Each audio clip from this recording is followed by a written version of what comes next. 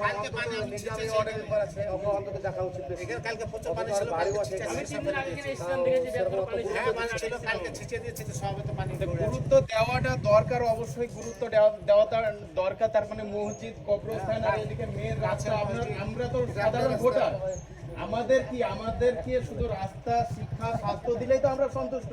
সেই জিনিসটা কতটা আমরা পেয়েছি? লাইট নাই, এই পোলে একটা লাইট আছে, লাইট নাই। মানে এখানে আমি যতই কথা বলবো পাবলিক বেশি ক্ষিপ্ত হয়ে যাবে। তো আপনারা দেখুন, বিচার করুন যে এটা কতটা সত্য যে প্রত্যেকটা গ্রাম শহরের মতো হয়ে গেছে। এই মসজিদের সামনের অবস্থাটা এরকম, এখনো পর্যন্ত একটা ড্রেন নাই ভালো।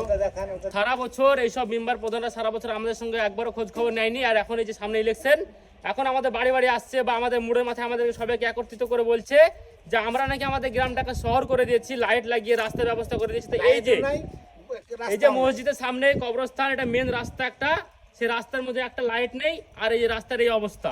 কিভাবে রাস্তা হচ্ছে করছে তার যে কন্ট্রাক্টর, সে ওই ঘ্যাস নিয়ে আসছে, ঘ্যাস, আচ্ছা ঘ্যাস অর্ধেক পাথর দিয়া সিমেন্ট বালি দিয়া ওই রাস্তা অসুবিধা হলে বাচ্চা বেরিয়ে তো হাঁটাই হয় না, আমরা হাঁটতে তো পারছি না, আমরা কি করে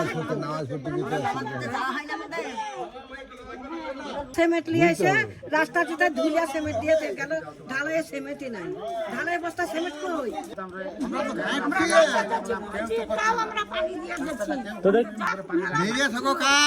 মেলা পানি ছিল, তো এই রাস্তায় আরো পানি ছিল, আমি 2-3 দিন আগে এসেছিলাম। আর একদিন খেয়েছিল, তার ফিরে সেই রাইতেই মেঘ হলো, আর একদিন মারা হয়েছে বা কাল মেরেছে।